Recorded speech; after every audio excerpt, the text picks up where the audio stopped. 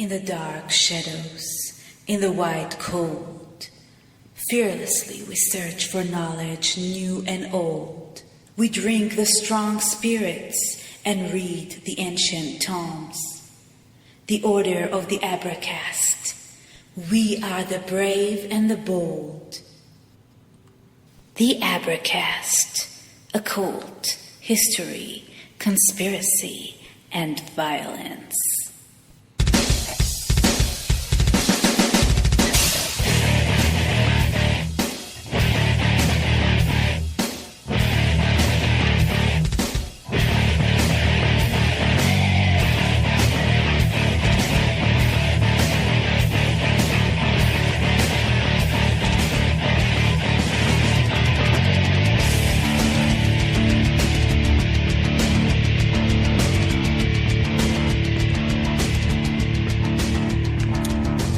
Hey, welcome.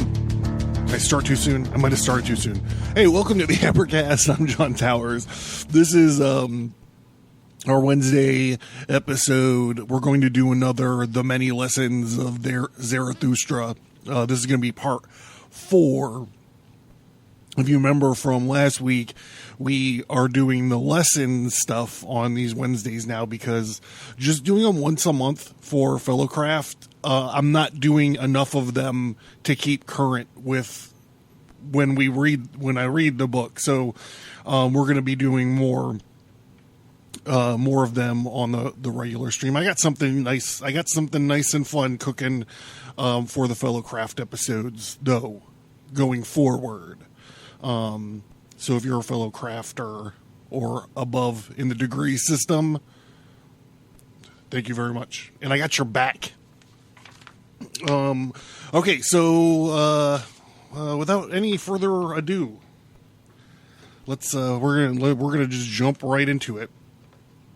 Are we gonna just jump right into it? Do I have anything I want to add or want to say?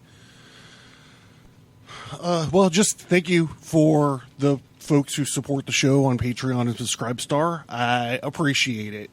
I mentioned last week what I was able to do with the funds that I got. So there's just going to be more of that in the future. Just more of it in the future. It all goes back to the show at this point. So thank you.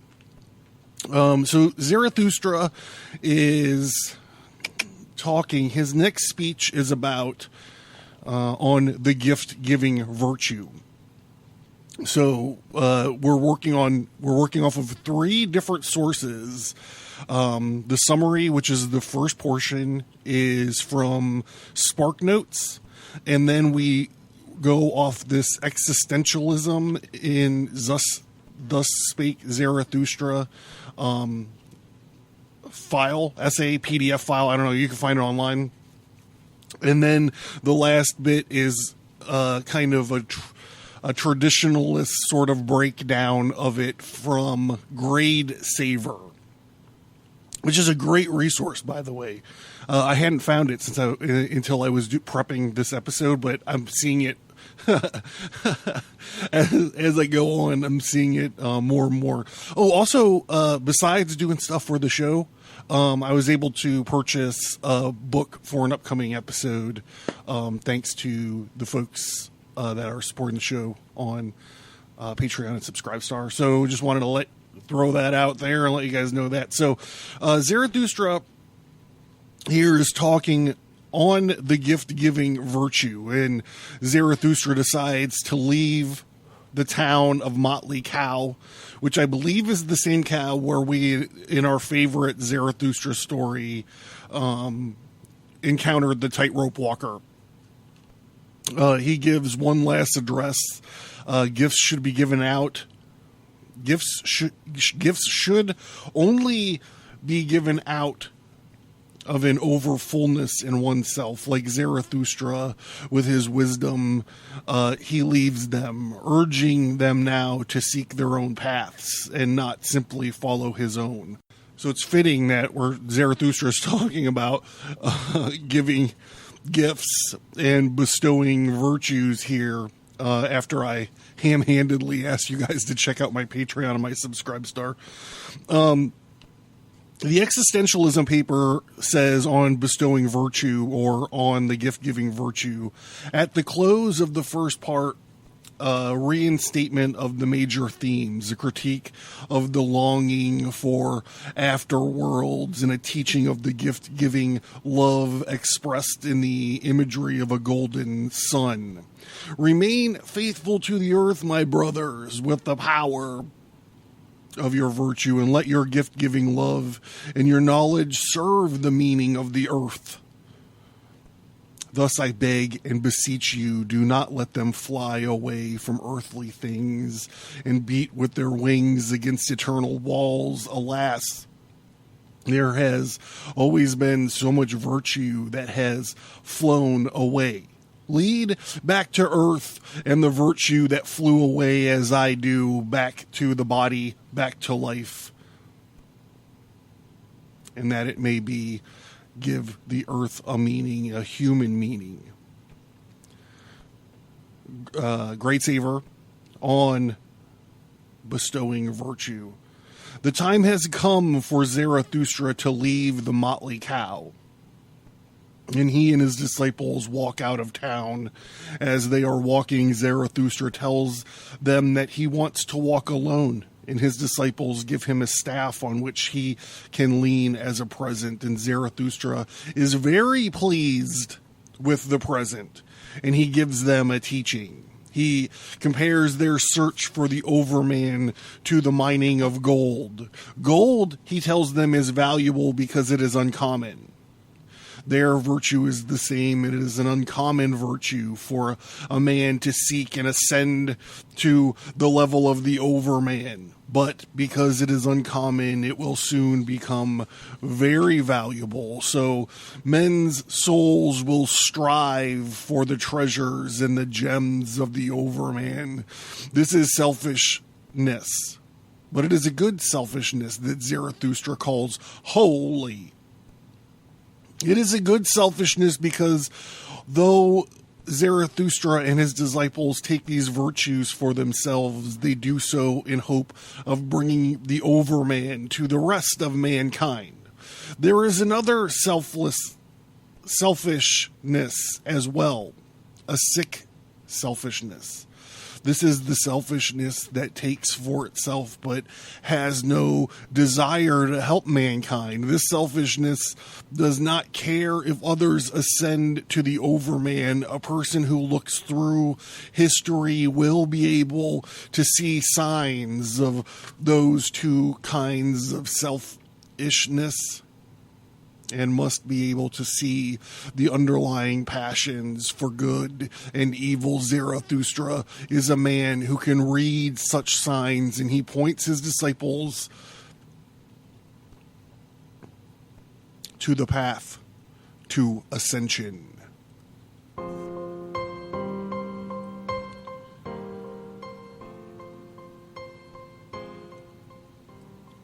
Zarathustra then teaches his disciples that they should devote their attention to earth, to spreading the good news of the overman. And he tells them that humanity is a mistake, an error. Because of this mistake, madness has overcome men throughout history. Zarathustra gives his disciples the teaching that will help humanity ascend to the overman. Like physicians, Zarathustra's disciples should keep themselves healthy while also working towards the health of other people. This part of the teaching ends with an enthusiastic declaration that the earth can recover and that humanity can be redeemed through the overman. Zarathustra ends this speech by telling his disciples that he is leaving them and that they should leave him as well. They should go away and even be ashamed of Zarathustra in case he was misleading them with his teachings. He put a twist on the New Testament teaching by telling them that a person of knowledge must be able to love his enemies and hate his friends. Zarathustra tells them this in case they have begun to idolize him instead of his quest for enlightenment, and he wants them to focus on themselves. Their own attempts at becoming the Overman are more important than Zarathustra himself. When they have truly ascended, Zarathustra will meet up with them again. Spoiler alert, it doesn't work out that way. They will all meet again, he tells them, to proclaim that dead are all gods, and now we want the Overman to live. Oh, I guess I forgot a staple of the show.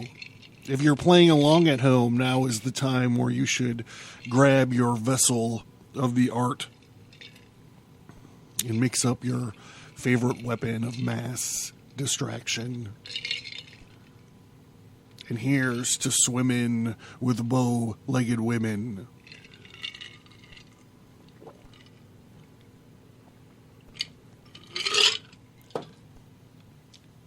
So some time must have passed between the last speech and this speech that we're about to get into. It's called The Child with the Mirror. And here's where the spoiler alert comes in.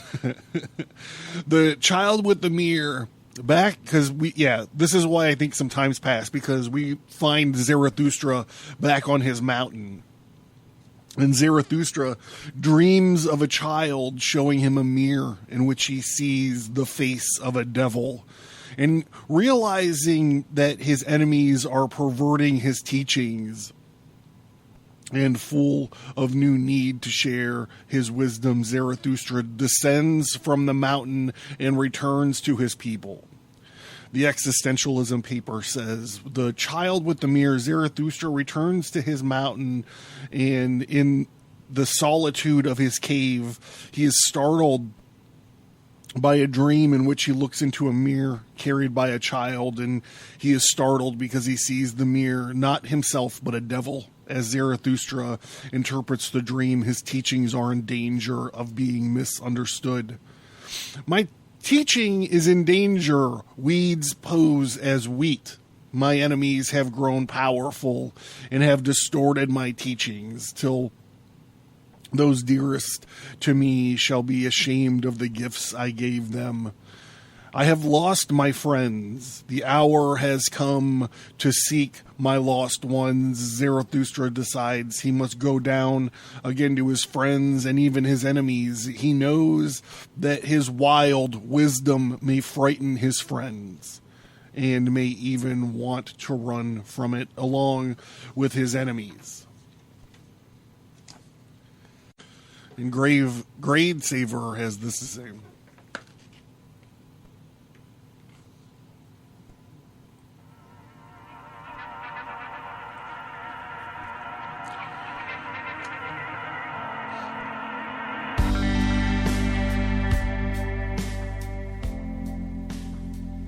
The first speech of the second section begins much like part 1 did. Zarathustra, having left his disciples at the end of part 1, returns to his solitary mountain and stays there for many years. Although he is lonely, he grows in wisdom. However, he has a dream in which a child comes to him with a mirror, and Zarathustra looks into the mirror. But instead of seeing his reflection, he sees only a devil's grimace and scornful laughter. I don't know how you can see scornful laughter, but whatever. Who am I to argue with Zarathustra? He interprets this dream to mean that his teachings are in danger, and the enemies of his teaching have distorted his thoughts and led his disciples astray. And his disciples are not mirroring his teachings in the correct way, which means the Overman will not become a reality. Zarathustra then begins to speak to the snake and to the eagle. Remember, the snake and the eagle are like his buddies. They're like his favorite pets.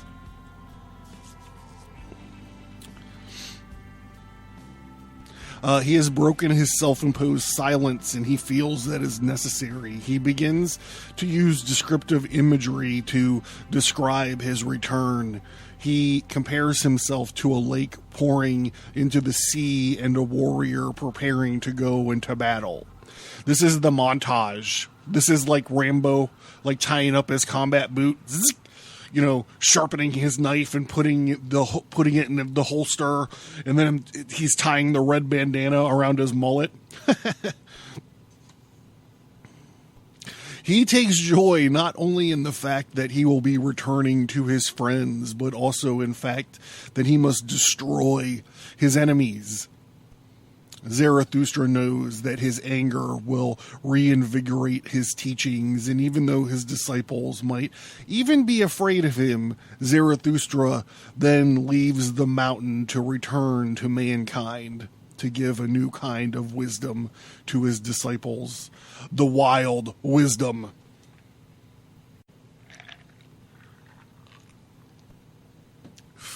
All right, the next speech is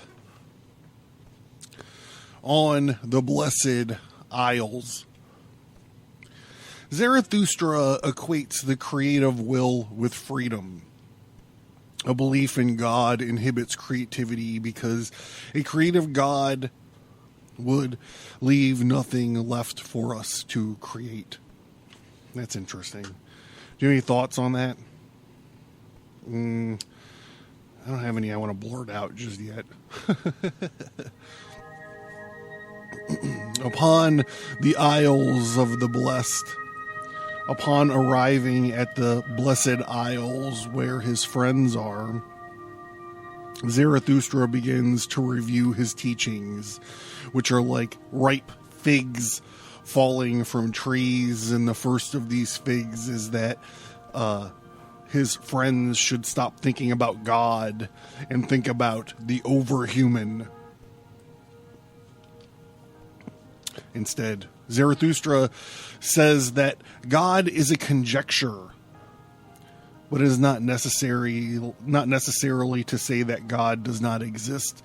Whether God exists or not, and any image or idea of God that a human being may have is only a human conjecture, a hypothesis, a supposition, a guess.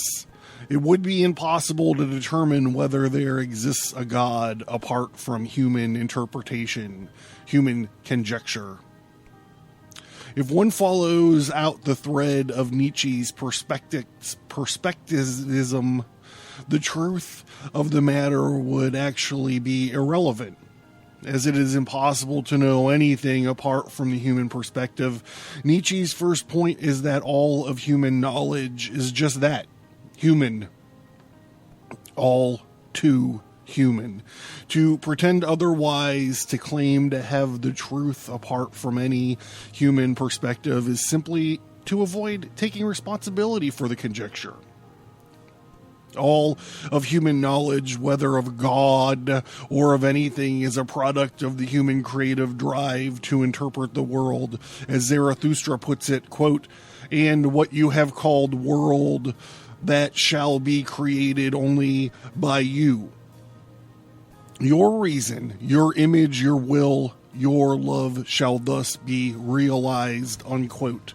What counts is not the truth of a conjecture, but of its consequences. One of the consequences of the Western conjecture about God is that human beings are regarded as weak and sinful and ultimately incapable of the kind of transformation that Zarathustra calls the overhuman. In this respect, Zarathustra's teachings is not unlike Buddhism, as the whole focus of the religion concerns a transformation of a human being rather than the worship of a god. We know I've been drawing similarities through these whole Lessons of Zarathustra episodes of this overman idea, and to some ways, not always and not even 50% of the ways, but there's ideas linking this to sort of a Gnostic idea too.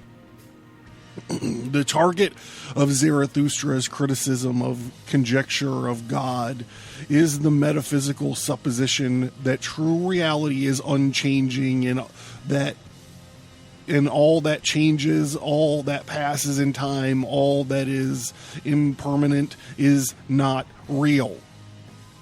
Case in point. Exhibit A, Your Honor. God is a thought that makes crooked all that is straight and makes turn whatever stands. How should time be gone and all that is impermanent a mere lie? Do you think this is a dizzy whirl for human bones? This again draws a comparison with Buddhism for the transformation of the human being known as nirvana. Involves an acceptance of impermanence, one of the primary Buddhist teachings that everything is impermanent. Perhaps the underlying motive for the metaphysical denial of impermanence is that with change there inevitably becomes suffering. As with Buddhism, the central problem in the transformation of human beings Zarathustra speaks of is the problem of suffering. This is something that Gnosticism has in common with this idea as well. The solution to the problem of suffering, according to Zarathustra, involves the metamorphosis of the spirit to the child or the creator. Quote, creation that is the great redemption from suffering and life's growing light, but that the creator may be, suffering is needed and much change indeed.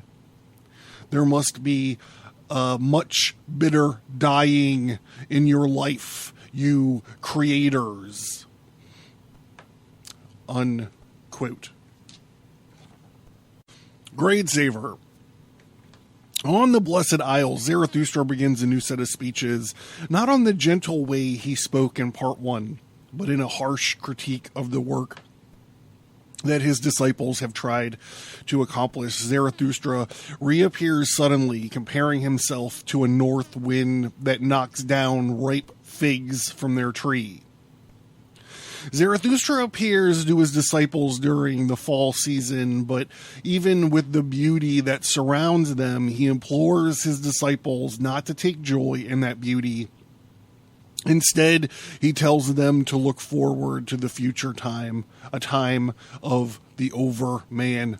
Zarathustra must remind his disciples that his teachings are for the coming of the Overman and are not compatible with the teachings of Christianity or teachings of God. His disciples, it seems, have fallen prey to these Christian teachings, and they have attempted to make Zarathustra's teaching into a hybrid teachings incorporating a Christian version of the Overman. Zarathustra strongly rebukes his disciples for this and tells them again that there is no God. And he tells his disciples that if there were gods, how could I stand not to be a god? Therefore, there are no gods. Zarathustra teaches his disciples again about the power of envy. Zarathustra knows that if God exists, the rivalry between his teachings of the Overman and the teachings of God would be unbearable. Instead, Zarathustra can see the future of his teachings. Therefore, God must not exist. For Zarathustra, death is a better state of being than the possibility of the unfulfilled accomplishments in this teaching. Zarathustra again demonstrates the usefulness of envy. To finish this speech, Zarathustra claims it has been the poets of the age that have created God or gods, and this poet lie too much. Indeed, Zarathustra compels his disciples to take glory in their deaths, not in everlasting life. This is the best kind of poet. This is the kind of poetry he muses that will help to create the Overman in this life. This is the kind of poetry Zarathustra himself seeks to create.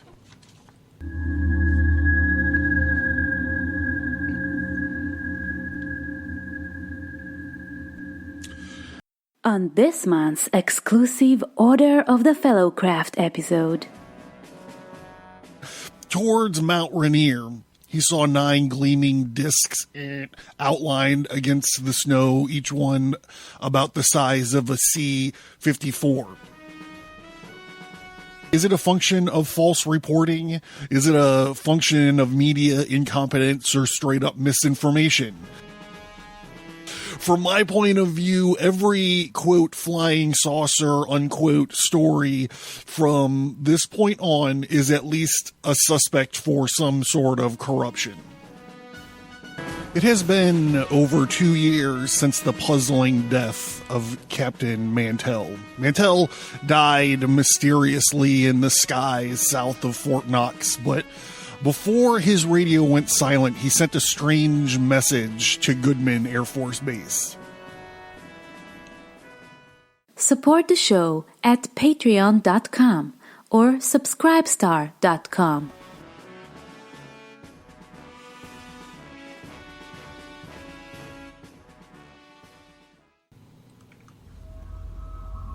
Learn more at abracast.com. Get bonus content and access to the private Abracast workgroup by signing up for the mailing list. Get all that plus many exclusive episodes by supporting the show at patreon.com or subscribestar.com.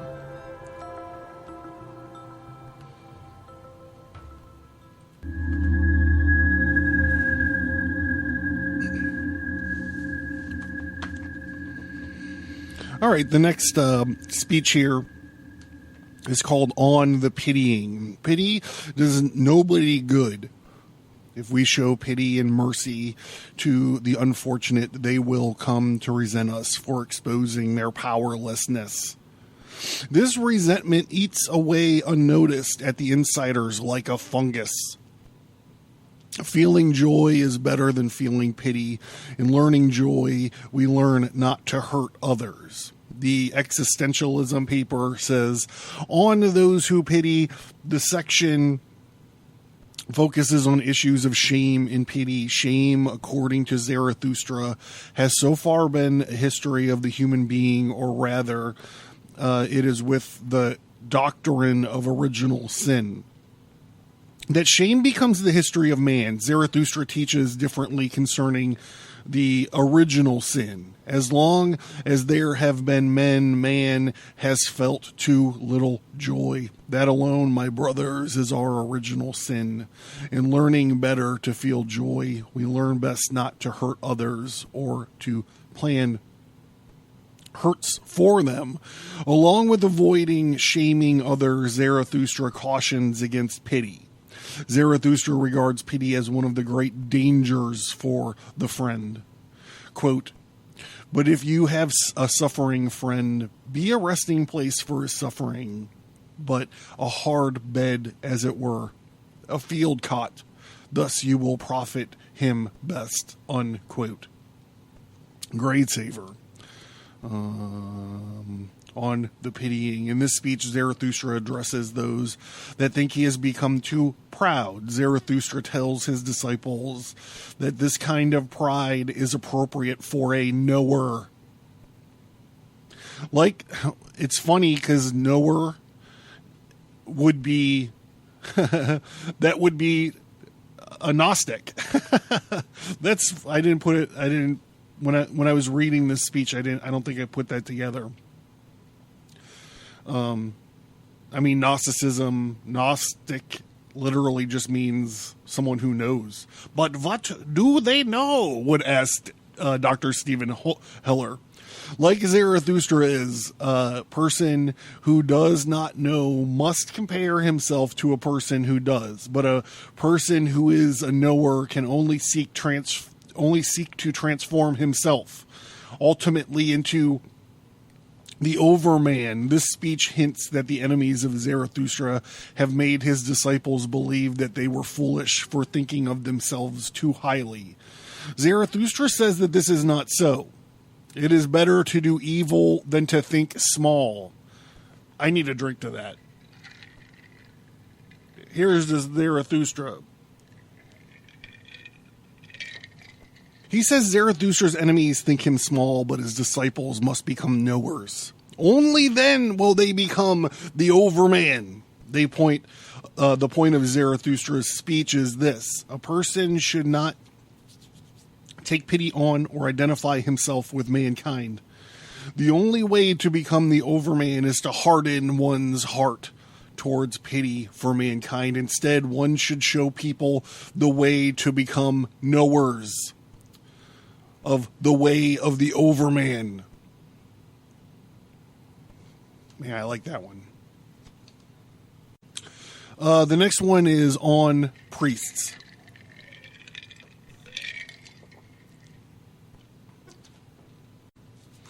Priests see life as suffering, and so want to make others suffer as well. Life is pain. Death is pain. Birth is pain. The uncertainty and hardships of life are too much for them. So they have given up on life. They are little more than corpses, believing that their God and their pity are an escape. Yeah, that's fucking depressing, isn't it? I wonder what Pastor Larry Solomon would have to say about that. The Existentialism paper says, on the priest, Zarathustra identifies priests as his evil enemies. It is clear that in his criticism of priests, it is the spirit of revenge that Zarathustra opposes. Because of this spirit of revenge, a religion that was based on the teachings of love became a means of persecuting others. They have called God what is contrary to them, and gave them pain, and verily there was much of the heroic in their adoration. And they did not know how to love their God except by crucifying man. Wow. Grade Saver.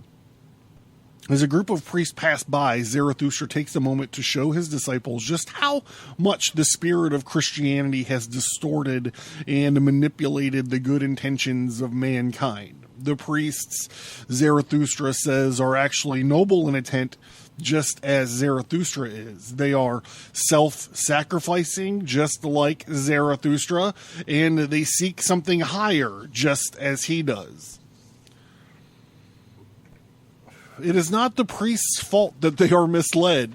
The notion of the Savior binds them to false notions of pity. For mankind, the priests are Zarathustra's enemies because they teach mankind to be obedient to God and to the church.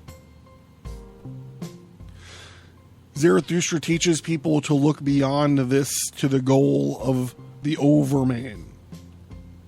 And it is not the priests themselves who are wrong, for they have much inner strength, but they are misled by the nature of Christianity. Christianity makes them doubt that what they think, putting emphasis on their hearts and on giving pity towards mankind. Christianity makes people believe that they cannot overcome themselves and need the help of an outside God. Zarathustra teaches that one must become the overman by having a hard heart and envy towards those who are better. And Christianity, Zarathustra says, is for those with a sultry heart and a cold head, which are qualities to be found are qualities not to be found in one of his disciples. So the next speech that we're going to talk about is called On the Virtuous. Popular morality promises rewards for being virtuous, or at least preaches that virtue is its own reward. Popular misconceptions of virtue include being vengeful, just, or being too weak to cause any harm. Zarathustra suggests instead that virtue is simply a matter of putting oneself wholeheartedly into one's deeds. This is not done out of the hope of reward or punishment, but simply out of an exuberance of being. The virtuous Zarathustra finds more, this is the Existentialism paper, finds more signs of the spirit of revenge in the Christian teachings of eternal reward and punishment. Quote, "Alas, that is my sorrow. They have lied reward and punishment into the foundations of things, and now also into the foundation of your souls, you who are virtuous," unquote.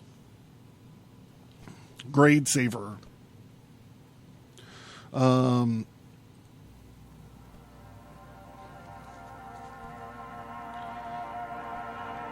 Zarathustra now addresses his disciples and disappointing behavior during his absence. Zarathustra mocks his disciples for thinking they deserve something for being virtuous in his absence. Zarathustra says that there is no reward for being virtuous.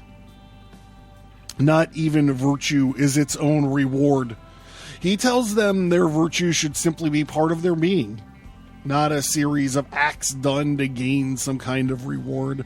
Zarathustra is attempting to awaken envy in his disciples by treating them like children who do not understand, though he explained in a previous speech that his disciples should be proud if they have knowledge that others do not. He now reproaches the pride that caused them to seek a wrong path on the way to the overman. The kind of pride that seeks reward from a man is opposite of the kind of pride that leads to the overman. Zarathustra tells them that through their virtue is like a child's toy, and he will replace that toy with a newer toy with which they can play.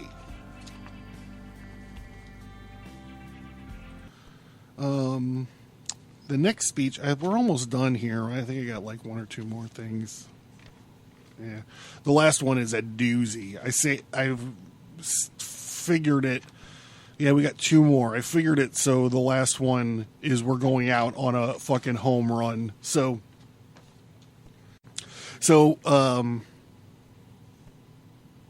then the penultimate speech that we're talking about is called On the Rabble.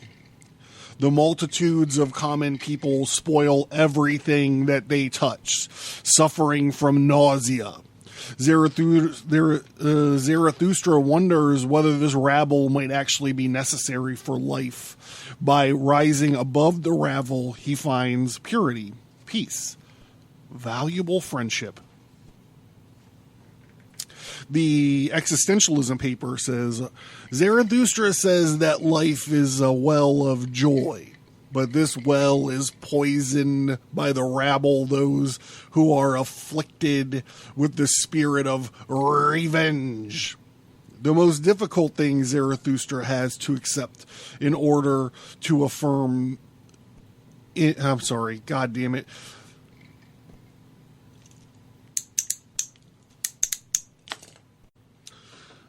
The most difficult thing Zarathustra has to accept in order to affirm life is existence of the rabble. But it is not hatred that gnaws at Zarathustra. No, at the sight of the rabble, it is nausea.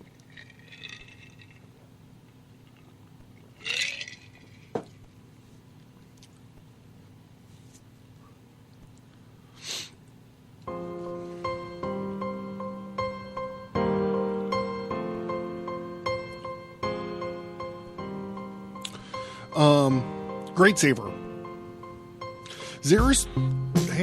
Zarathustra then turns his attention to the masses of unenlightened people. And he admits that he actually abhors these people, calling them rabble. He leads to a bigger, more existential question for Zarathustra. Does life actually require this rabble? This leads to the bigger, this is a sickening thought to Zarathustra because it presents the problem that all of humanity may not reach the overman if humanity needs the rabble in society. Zarathustra finds comfort not in thinking about the necessity of the rabble, but instead in envisioning a time where there will be no rabble. One could say that Zarathustra is putting his faith in a time when the overman will rule. Even if he is unsure that the future will exist, Zarathustra compels his disciples not to despair in the necessity of the rabble, as he has done, but instead envision their knowledge and their enlightenment that will be blow among the rabble like a wind and steal their breath away with my spirit. Zarathustra's teachings in life to those who embrace it, but a death to the rabble who oppose it and cling to the notion of Christianity, God, and society that has been created from them. All right, I'm going to lube up one more time and we're going to wrap this sucker up.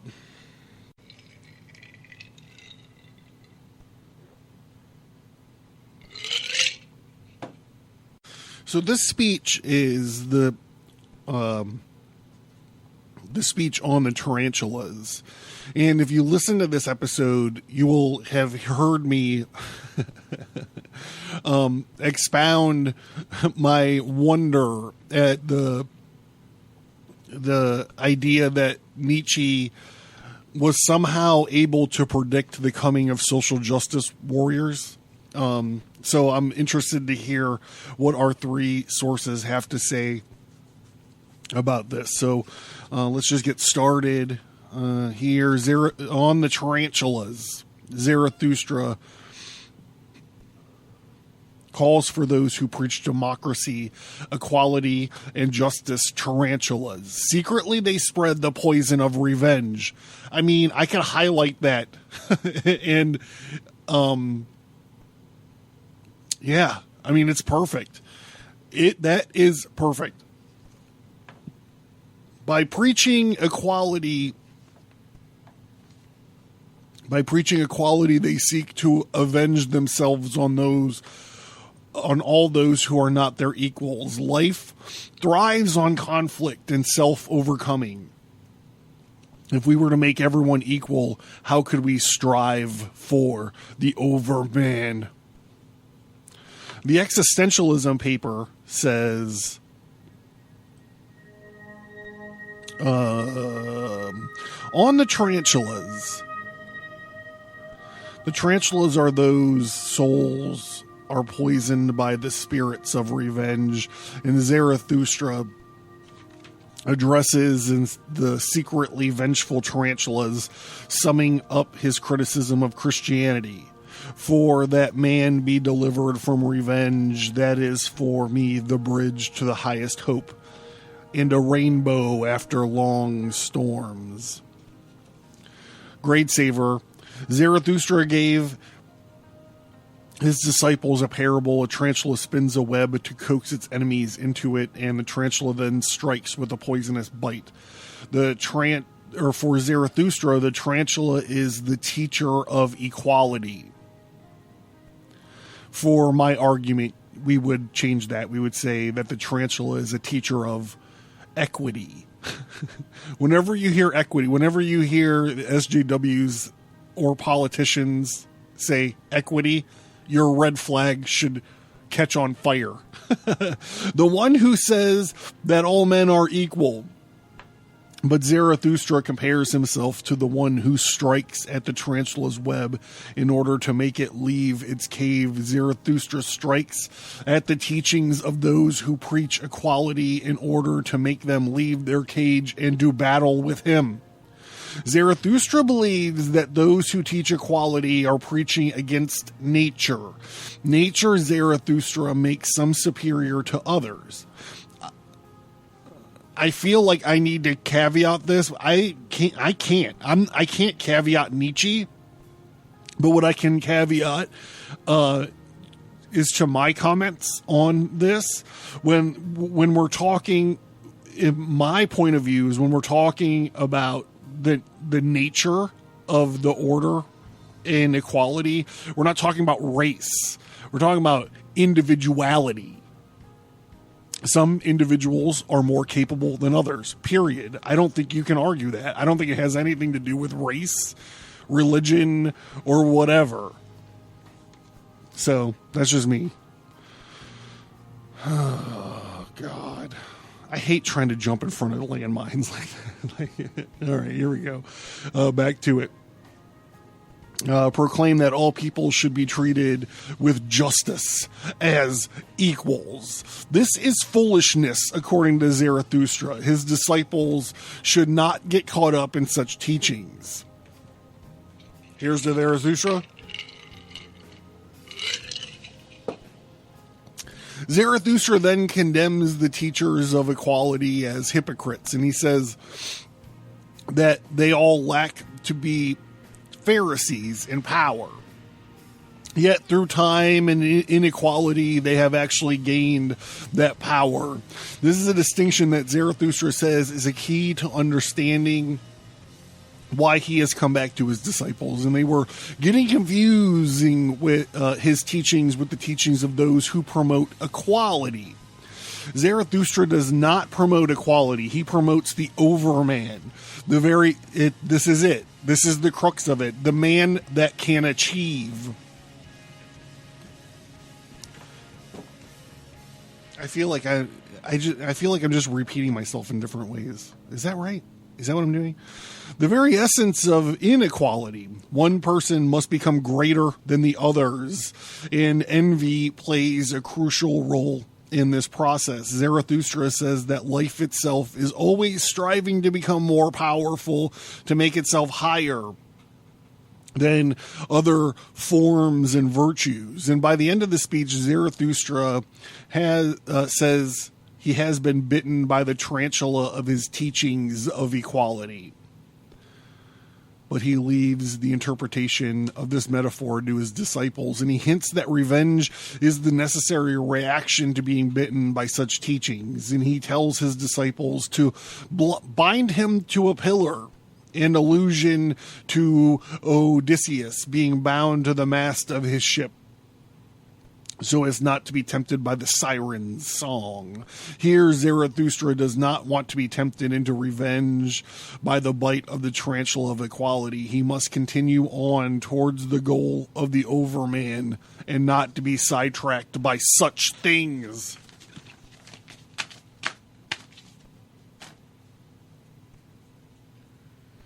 All right, bros. I'm John. This has been the Abercast, and this has been the many lessons of Thus Spake Zarathustra Part 4. I hope you stick around to listen to these messages, and then I'll see you, I don't know, in a few days, right? Yeah, a few days. If not Friday, then at least on Sunday. You'll definitely see me, right? Okay, here we go.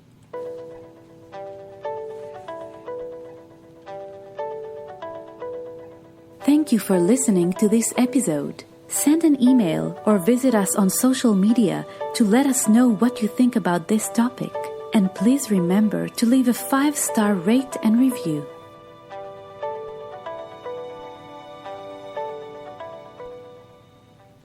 On this month's exclusive Order of the Fellowcraft episode.